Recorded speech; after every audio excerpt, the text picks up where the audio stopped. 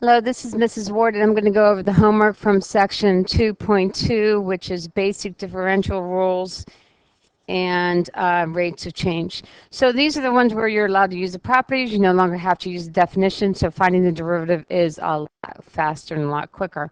So number 3, find the derivative of y is equal to 8.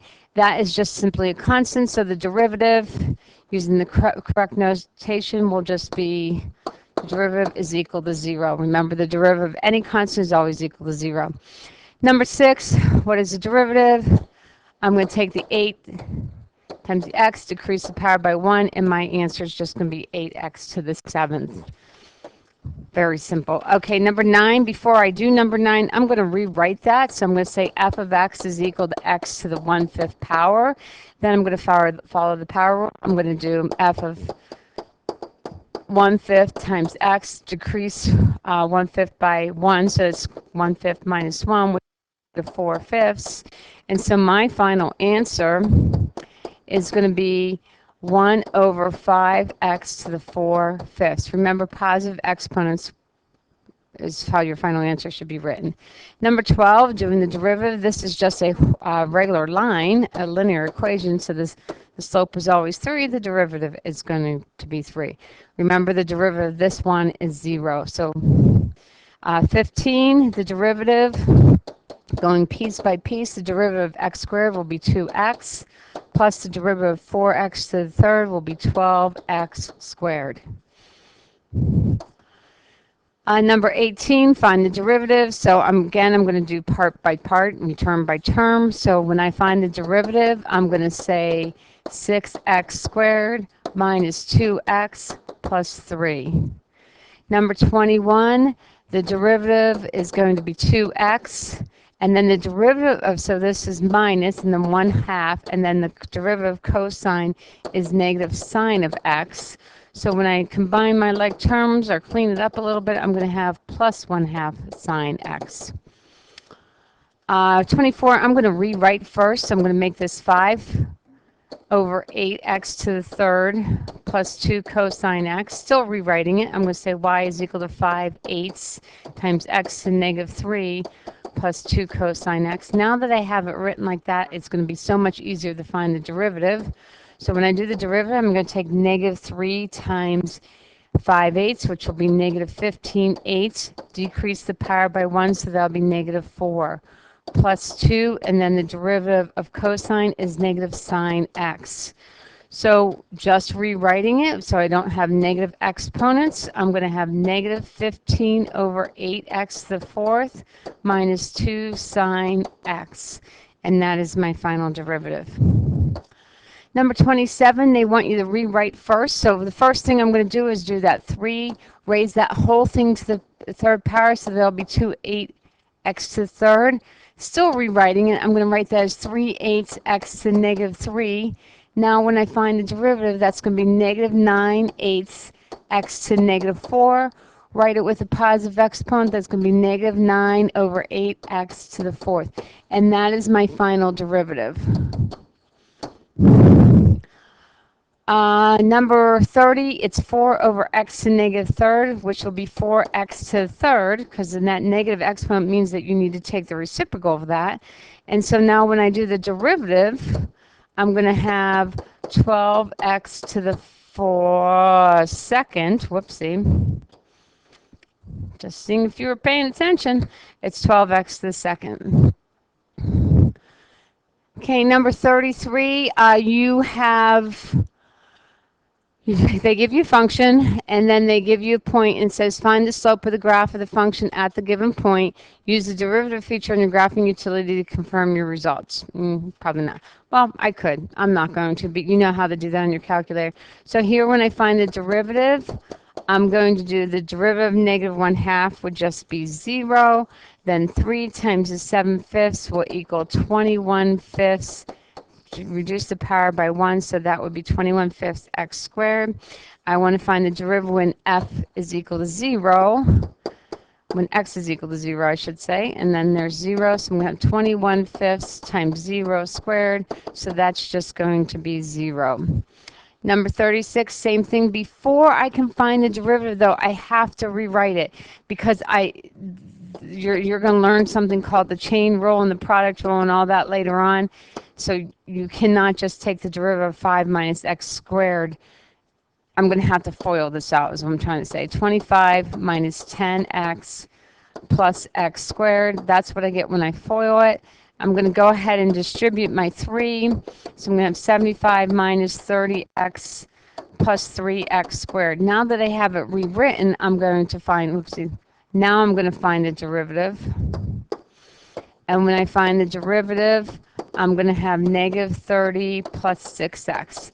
That's the derivative. Now I want to find the derivative at 5. So the derivative at 5 is going to equal negative 30 plus 6 times 5. So that's 30 plus 30, and that will be 0. Number 39, find the derivative of the function. Again, going term by term by term. So the derivative will equal 2x plus 0. Don't really have to write that. Negative 2 times a negative 3 will be a positive 6x to negative 3. Writing it without negative exponents, I'm going to have 2x plus 6 over x to the third. Number 42, term by term again. The derivative of x is just 1. Oh, probably should have rewritten it first, so let me rewrite it first. Sorry, forgot what I was doing. F of x is equal to x plus x to negative 2. Now when I find the derivative, I'm going to have 1 plus negative 2 times x to negative 3, decreasing the power by 1. Rewriting it so that I do not have any negative exponents, I'm going to have 1 plus, oh, actually, let's make that minus. 1 minus 2 over x to the third. If you had a plus negative, that would have been fine, but I just want to make it look a little neater. Okay, number 45, find the derivative. Remember, again, you need to simplify it. You need to distribute that x. So I'm going to rewrite that as x to the third plus x. Now when I find the derivative, that's going to be 3x squared plus 1. Rewriting, I'm going to rewrite those roots as fractional exponents. So this is going to be x to the 1/3 plus x to the 1/5. Now when I go ahead and find the derivative, multiply by the power, so that's 1/3 x reduce 1 negative 2/3 plus 1/5 reduced by 1 negative 4/5. So writing it without negative exponents will be 1 over 3x to the 2/3 plus 1 over 5x to the 4/5. And that is my derivative. In exercises 53 to 56, find an equation of the tangent line to the graph of f at a given point. Use a graphing utility to graph the function in its tangent line at the point, and use the derivative feature of your graphing utility to confirm your results. So first thing I'm going to do is find the equation of the tangent line, which means I need to find the slope of the tangent line at this given point, which means I have to find the derivative. So the first thing I'm going to do is find the derivative. So this will be 4x to the third minus 6x. That plus 2 would just be 0. I want to find it at this point 1, 0. So I'm finding the derivative at 1. So 4 times 1 to the third minus 6 times 1, so 4 minus 6. So my slope of my tangent line is going to be negative 2.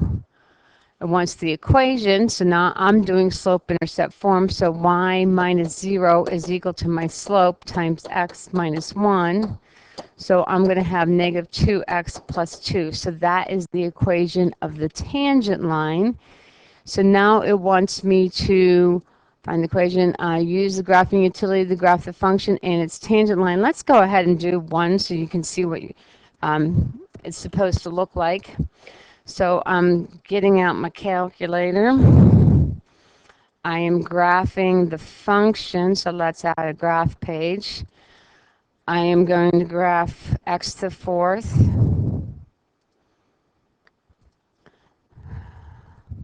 minus 3x squared plus 2. Then I'm going to graph my tangent line, which I just said was negative 2x plus 2. And I'm looking at the 0.10, which that kind of looks like it's tangent. If I wanted to zoom in on that a little bit, I could zoom in on that, and if I blow it, I shouldn't say blow it up, if I expand it, yes, it looks like it is tangent. And then the next thing I am going to do is I am going to use the graphing utility, so I'm going to add another page, just a calculating page. It wants me to verify my results, so I'm going to do menu, calculus, numerical derivative at point x. We're doing it when x is equal to 1. First derivative, the function was x to the fourth minus 3x squared plus 2, and I'm finding it at 1, and I did have a slope of -2, so I have confirmed my results. So let's do the next one. Number 56. It wants me to find the derivative. So the first thing I'm going to do is I'm going to rewrite it. So I'm going to FOIL these two, and I'm going to get x to the third plus 2x squared plus 1x squared plus 3x squared plus 2x, and that's it. Now I'm going to find the derivative at that point.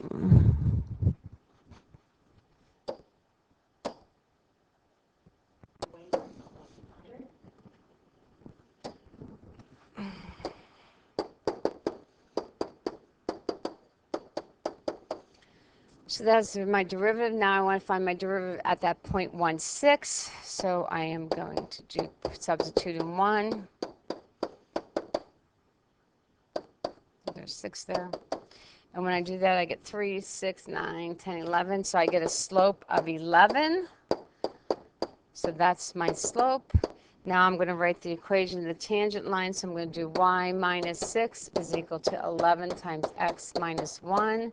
And my final equation of the tangent line will be 11x minus 5.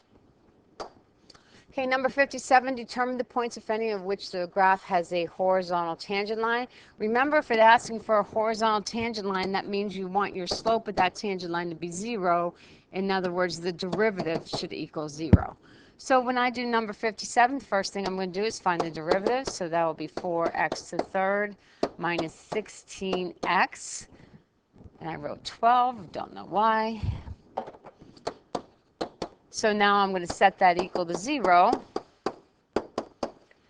And when I set that equal to 0, I'm going to factor out of 4x and make this x squared minus 4. So 0 is equal to 4x, and then x plus 2, x minus 2. So I get zeros at 0, -2, and +2. So that's the x values, but it's asking for the points, which means I have to put those all back into the original equation. So I'm going to do like y of 0. So I'm going to do 0 to the fourth minus 8 times 0 squared plus 2, and that is going to be 2. So one ordered pair is going to be 0, 2. I'm going to do the same thing for -2. So -2 to the fourth minus 8 times -2 squared plus 2. And when I do that, I get -14. So I'm going to have -2, -14. And when I do the same thing with the +2, it's going to be the same answer because I've raised 1 to the fourth and 1 to the second. So and that'll be -14. So the last ordered pair is 2, -14. So those are the 3 points when my derivative is equal to 0. Number 61, I'm going to take the derivative. The derivative of x is 1. The derivative sine of x is cosine of x. So set that equal to 0. So -1 is equal to cosine of x, and that happens when x is equal to pi. And it just wants one interval, so I'm just going to list pi. Don't have to do any multiples of pi. Number 63, find k such that the line is tangent to the graph. So the first thing I'm going to do is find the slope of this equation. So I'm going to find the derivative. So that's going to be 2x minus k. And this is the tangent line, so this derivative has to equal 4, which means k is equal to 2x minus 4. Now remember, the tangent line and the function have one point in common. So I'm going to set those two equations equal to each other. So I'm going to do x squared minus, in place of k, I'm going to write 2x minus 4 times x, that's an x, is equal to 4x minus 9. I am going to have x squared minus 2x squared plus 4x is equal to 4x minus 9. The 4x's will simplify, so I'll have a negative x squared is equal to negative 9, so x squared is equal to 9, x is equal to plus or minus 3. So it just wants the x values. So now I have to find those. So those are my x values, but the question's asking for k, so I'm going to have to put those back in to find k. So k is equal to 2 times positive 3 minus 4, so k is equal to 2. K is equal to 2 times negative 3 minus 4, so k is equal to negative 10. So my final answers are going to be 2 and negative 10. And that's what k is equal to. Okay, the next one, same thing. So I'm going to find the derivative. And the derivative of k, that would just be a constant, so that's going to be 0. So this is going to be minus 2x. That derivative should equal negative 4, so negative 4 is equal to negative 2x, so x is equal to 2. Substituting that back in, I'm going to say, I'm substituting that back in. So I'm going to have k minus 2 squared is equal to negative 4 times 2 plus 7.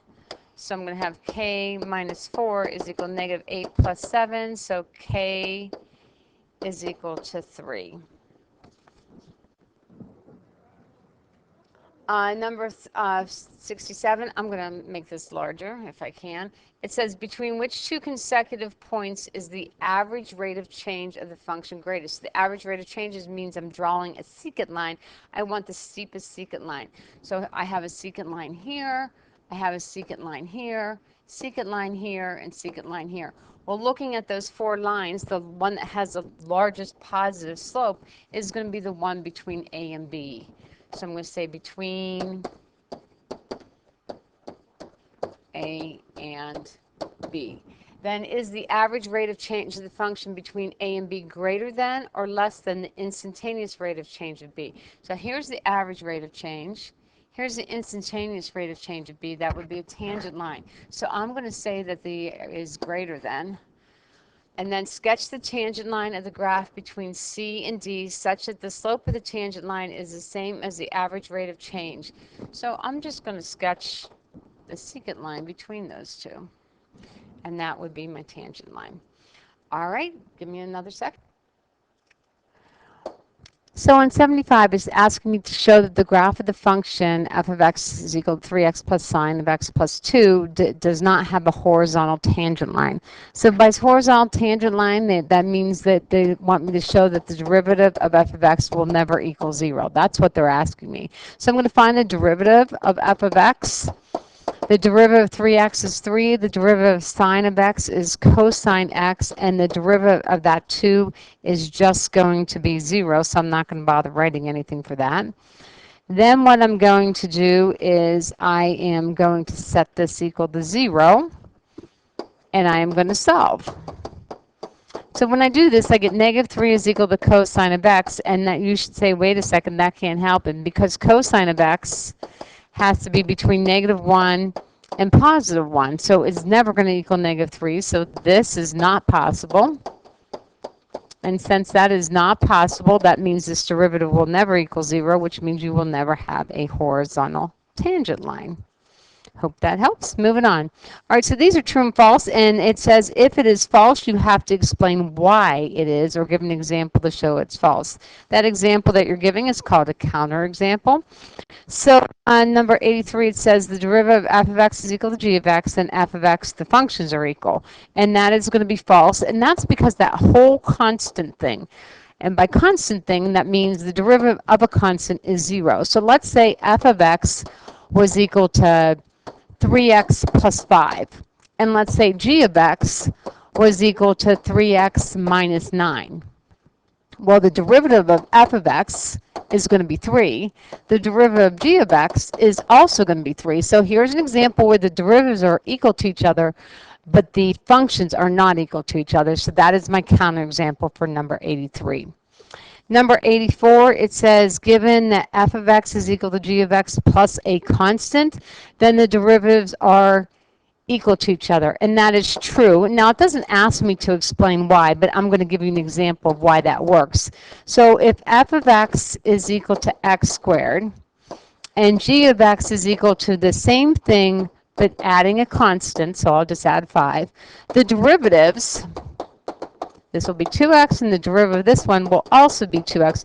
The derivatives are going to be equal to each other because that constant, when I take the derivative, is always 0.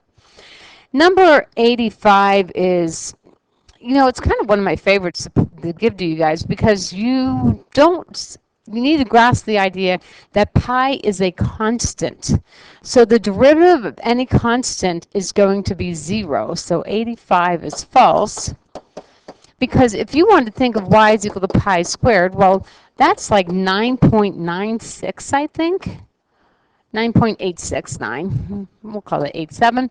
So that's a constant. So when I go to take the derivative of that, that's going to be 0. So 85 is false. 86, if y is equal to x over pi, which I'm going to rewrite as 1 over pi times x. Remember, 1 over pi is a constant. So when I take the derivative of x, that's just 1. The derivative of that is just going to be 1 over pi. So that's not... Oh, that is true. That is true. Ooh, I was going to write false. That is true. Number 87, good thing I did it. 87, g of x is equal to 3 times f of x, then the derivative of g of x is equal to 3 times the derivative of f of x. That is true. Let's go back to these guys here. Let's say that g of x, let's do f of x first. Oopsie. So let's say f of x is equal to x squared, and then they want g of x to equal 3 times that, so 3 times x squared. The derivative of f of x would be 2x. The derivative of g of x would be 2 times 3, so 6x, which I can write as 3 times 2x. So that is true. And that'll work every single time. And then 88, if 88, f of x is equal to 1 over x to the n. So I'm going to rewrite that, just rewriting as x to the negative n. So it wants the derivative, and I want to show you why that is not the derivative. To take the derivative of this, I'm going to multiply by my exponent, so negative n, then times, and then I'm going to decrease this by 1, so negative n minus 1. And I can rewrite that as a negative times n plus 1, factoring out that derivative, or factoring out that negative sign. So I could rewrite this as negative n, let's just put that negative n in my numerator. Negative n over x to the n plus 1. So that is the correct derivative, which does not equal what they gave me, so this is false. Okay, 83, a silver dollar is dropped from the top of a building that is 1,368 feet tall. Here is your position function that they give you. So anytime I want you to have that, I will provide that for you. If it is dropped, that means my initial velocity is going to be 0 if it's dropped. My initial height is going to be this 1,362. So part A wants me to determine the position function. So the position function is S of t. That would be your height after t seconds is equal to negative 16t squared. Since it's v of sub 0 is 0, that means that term disappears. So I'm just going to write plus the 1362. That is the position function. The velocity function is the derivative, which would be negative 32t. So this is the position, and this is a velocity. Part B, it says determine the average velocity over the interval. So anytime you see average velocity or average whatever, I instantly think secant line. So it's asking me for the secant line. So I'm going to find the slope between these 2 points. So to do that, I am going to find the position when at 1 second. So I'm going to do S of 1. And when I do that, that's negative 16 times 1 squared plus 1362. And when I do that, I get 1346, I believe, I hope. When I do the position at 2, that's going to be negative 16 times 2 squared plus 1362. And when I do that, I get 1298. So to find the slope, I'm going to take the difference of my y's. So let's say I take 1346 minus 1298, and that would be over 1 minus 2. And I'm going to get a negative 48, and my units are going to be feet per second, because these are feet, these are seconds.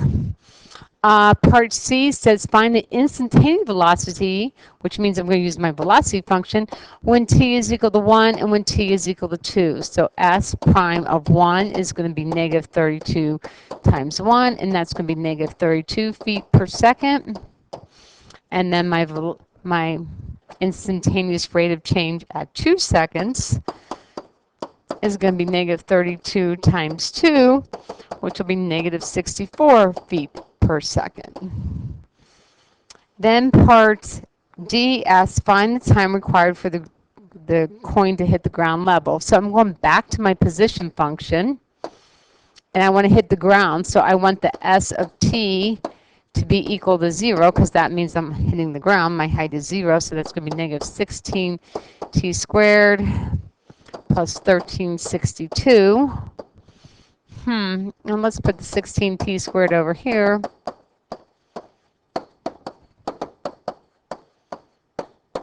And if I take the square root and I get a decimal, t is approximately 9.22, and my units would be seconds. So it takes about 9.22 seconds for that coin to hit the ground. And the last thing it wants me to find the velocity of the coin at the impact.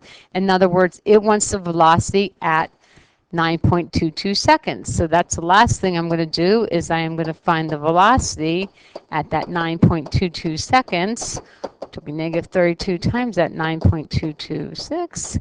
And when I do that, I get negative 295 feet per second. And the reason why it's negative is because it's falling, it's dropping, the height is getting lower, and the velocity is coming, it's going downward. That's the negative part of it, I guess is the best way to say it. All right, the next one, it wants you to find the fuel cost. So a car is driven 15,000 miles in a year, and it gets X miles per gallon. Assume that the average fuel cost is $1.55 per gallon. Find the cost. So the cost of driving that car is going to be the 15,000 miles. Whoopsie, just 3 zeros. 15,000 miles. And my car gets X miles per gallon. And then my price is $1.55 per gallon. So using this method where I can use my units to cross off, I'm going to get that the cost of this is going to be 23250 over X. And that's going to be my cost. My units that I'm going to end up with is dollars, which should make sense. So that's going to be this column here, or that row there. Then it says find, then it wants me to find the savings that I would have if I get an extra, if I get 1 more mile per gallon increase. So in order to do that, I'm going to do the change in my cost with respect to the change in the miles per gallon that I get. So that is going to be the derivative of this. But before I take the derivative of this, let's rewrite it because I always find that helpful. So 23250 times x to the negative 1. So now when I take the derivative of that, I'm going to have negative 23250, decrease the power by 1, so this would be raised to negative 2. I'm just going to rewrite that as, okay, so now I'm going to complete this table. To complete this table, I'm going to pull out my calculator, and I'm kind of ahead of you.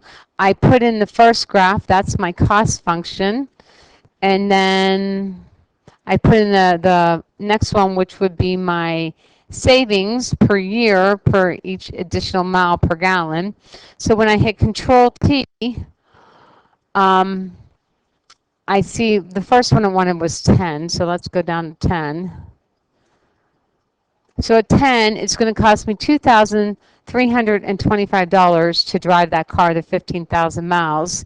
And if I get it 1 additional mile per gallon, I'm going to save $232.50. So I'm going to use this calculator to go down to 15, fill those numbers in, 20, 25, and do all that. So give you a second to do that. And when I do that, I end up with this table. So this is my table, and this is the way you read this table. So let's say I'm getting 20 miles per gallon. It cost me $1,163 to drive that car the 15,000 miles for the gas. If I get an additional mile per gallon, so now I'm going up to 21 miles per gallon, I am going to save, it's going down because I'm saving money, I'm going to save $58 for that year. So the last question it's asking me is, explain who would benefit more from 1 mile per gallon increase in fuel efficiency? The driver at 15 miles per hour or the driver at 35 miles per gallon? So here's 15. For each additional mile per gallon that he gets per gallon, he's going to save $103. The guy who gets 35 miles per gallon, for each additional mile per gallon that he gets, he's going to save $19. So the guy who's going to benefit the most is going to be the one at 15. Okay, I hope this helps, and I'll see you next time in class.